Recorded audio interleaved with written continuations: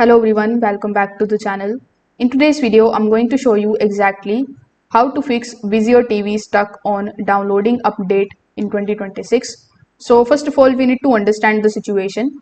Your TV is trying to download or install the software, but it is stuck due to various reasons like weak signal or corrupted update files or system freeze. So you need to fix all of these things one by one. So first of all, do not rush. Sometimes updates take longer than expected. So you need to at least wait for 10 to 15 minutes to confirm that it is actually stuck.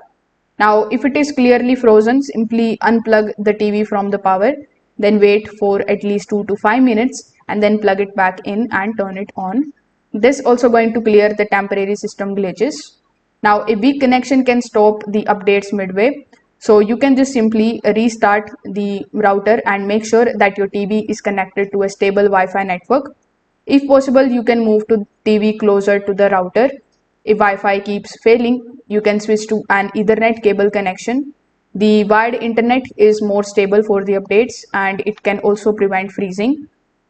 Now, if your TV doesn't respond, you can also press and hold the power button on the TV and then you can wait for at least 10 seconds. And this is also forces a restart without waiting for the system.